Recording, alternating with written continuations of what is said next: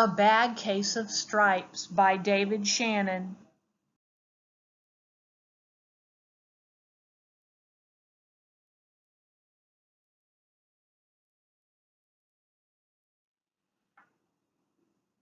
Camilla Cream loved lima beans, but she never ate them. All of her friends hated lima beans, and she wanted to fit in. Camilla was always worried about what other people thought of her. Today, she was fretting even more than usual. It was the first day of school, and she couldn't decide what to wear. There were so many people to impress. She tried on 42 outfits, but none seemed quite right. She put on a pretty red dress and looked in the mirror. Then she screamed.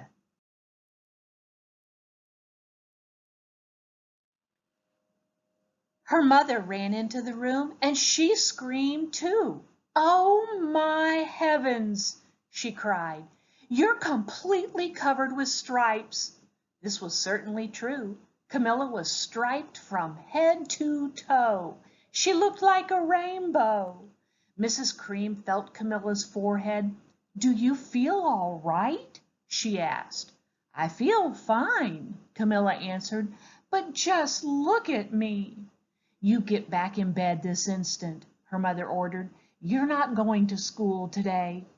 Camilla was relieved. She didn't want to miss the first day of school, but she was afraid of what the other kids would say, and she had no idea what to wear with those crazy stripes.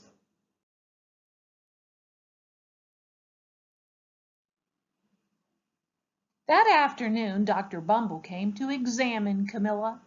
"Most extraordinary!" he exclaimed. "I've never seen anything like it. Are you having any coughing, sneezing, runny nose, aches, pains, chills, hot flashes, dizziness, drowsiness, shortness of breath, or uncontrollable twitching?" "No," Camilla told him. "I feel fine."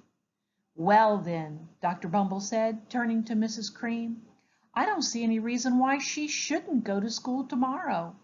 Here's some ointment that should help clear up those stripes in a few days. If it doesn't, you know where to reach me." And off he went.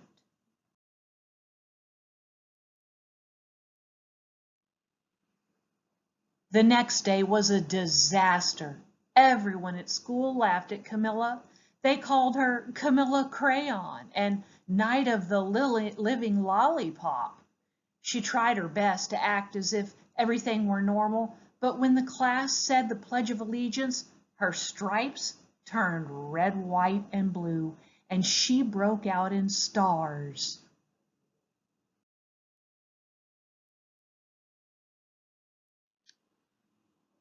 The other kids thought this was great. One yelled out, "Let's see some purple polka dots." Sure enough, Camilla turned all purple polka dotty. Someone else shouted, "Checkerboard!" and a pattern of squares covered her skin. Soon everyone was calling out different shapes and colors, and poor Camilla was changing faster than you can change channels on a TV.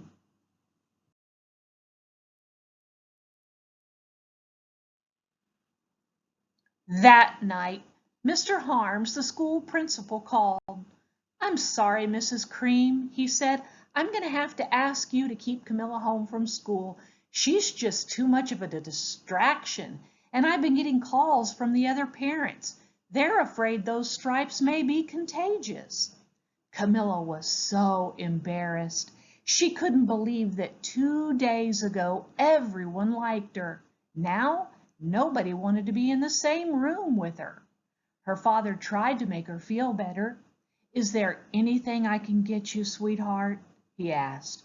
"No, thank you," sighed Camilla. What she really wanted was a nice plate of lima beans, but she had been laughed at enough for one day.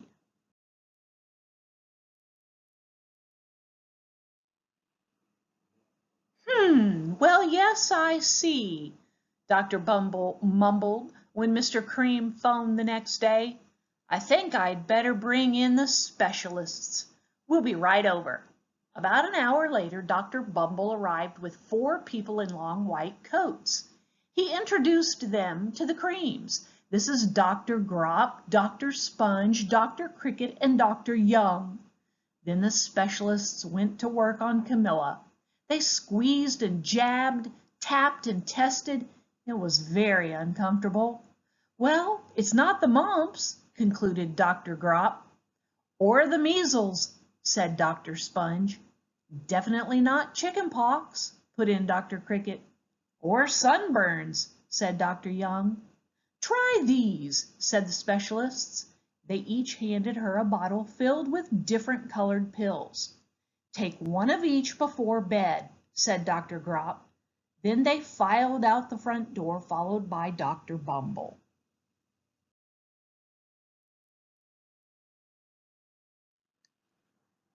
That night, Camilla took her medicine. It was awful. When she woke up the next morning, she did feel different, but when she got dressed, her clothes didn't fit right. She looked in the mirror, and there, staring back at her, was a giant multicolored pill with her face on it.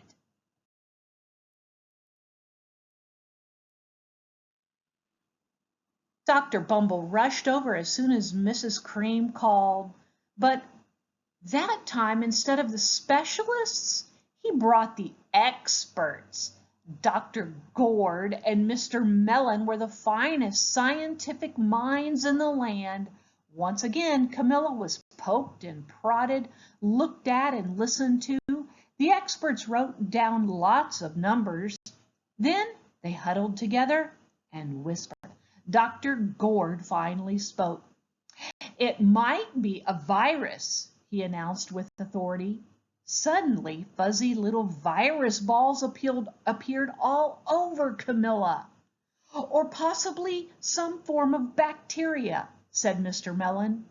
Out popped squiggly little bacteria tails. Or it could be a fungus, added Dr. Gourd. Instantly, Camilla was covered with different colored fungus blotches. The experts looked at Camilla, then at each other. We need to go over these numbers again back at the lab, Dr. Gourd explained. We'll call you when we know something. But the experts didn't have a clue, much less a cure.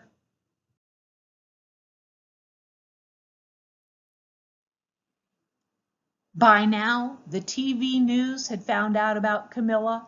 Reporters from every channel were outside her house telling the story of the bizarre case of the incredible changing kid. Soon a huge crowd was camped out on the front lawn.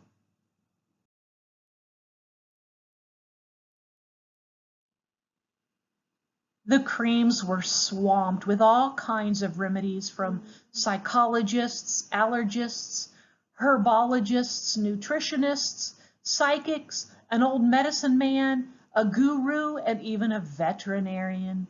Each so-called cure only added to poor Camilla's strange appearance until it was hard to even recognize her. She sprouted roots and berries and crystals and feathers and a long furry tail, but nothing worked.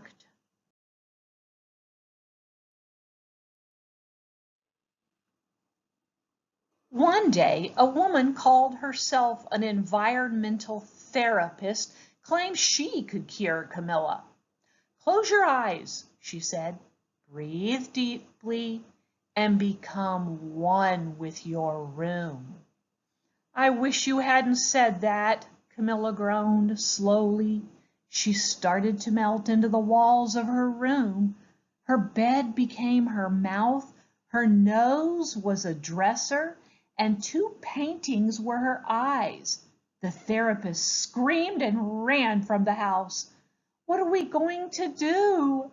Cried Mrs. Cream. It just keeps getting worse and worse. She began to sob.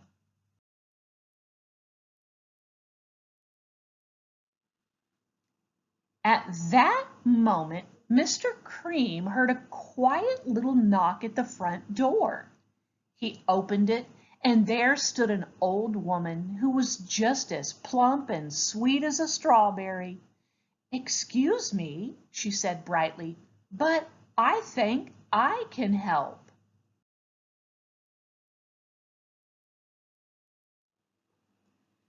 She went into Camilla's room and looked around. "My goodness," she said with a shake of her head, "what we have here is a bad case of stripes, one of the worst I've ever seen." She pulled a container of small green beans from her bag. "Here," she said, "these might do the trick." "Are those magic beans?" asked Mrs. Cream. "Oh my, no," replied the kind old woman. "There's no such thing. These are just plain old lima beans. I bet you'd like some, wouldn't you?" she asked Camilla. Camilla wanted a big heaping plateful of lima beans more than just about anything, but she was still afraid to admit it. "Yuck," she said. "No one likes lima beans, especially me." "Oh dear," the old woman said sadly, "I guess I was wrong about you." She put the beans back in her bag and started toward the door. Camilla watched the old woman walk away. Those beans would taste so good, and being laughed at for eating them was nothing compared to what she'd been going through. She finally couldn't stand it. "Wait," she cried. "The truth is, I really love lima beans." "I thought so," the old woman said with a smile. She took a handful of beans and popped them into Camilla's mouth. "Mmm," said Camilla.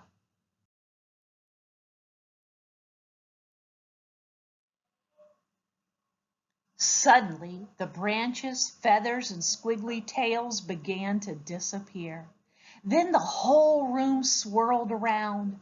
When it stopped, there stood Camilla, and everything was back to normal. "I'm cured," she shouted. "Yes," said the old woman. "I knew the real you was in there somewhere." She patted Camilla on the head. Then she went outside and vanished into the crowd.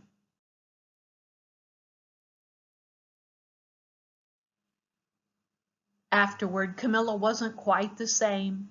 Some of the kids at school said she was weird, but she didn't care a bit. She ate all the lima beans she wanted, and she never had even a touch of stripes again.